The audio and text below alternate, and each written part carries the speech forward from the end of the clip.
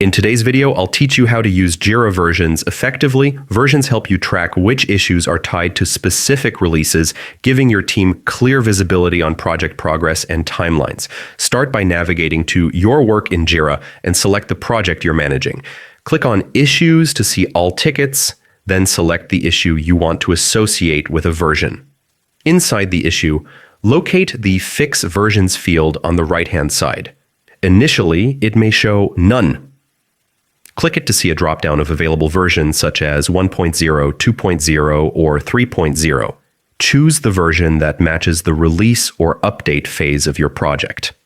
Setting the correct version ensures tasks are aligned with the proper release, keeps your project organized, and can trigger automated updates or notifications depending on your Jira setup.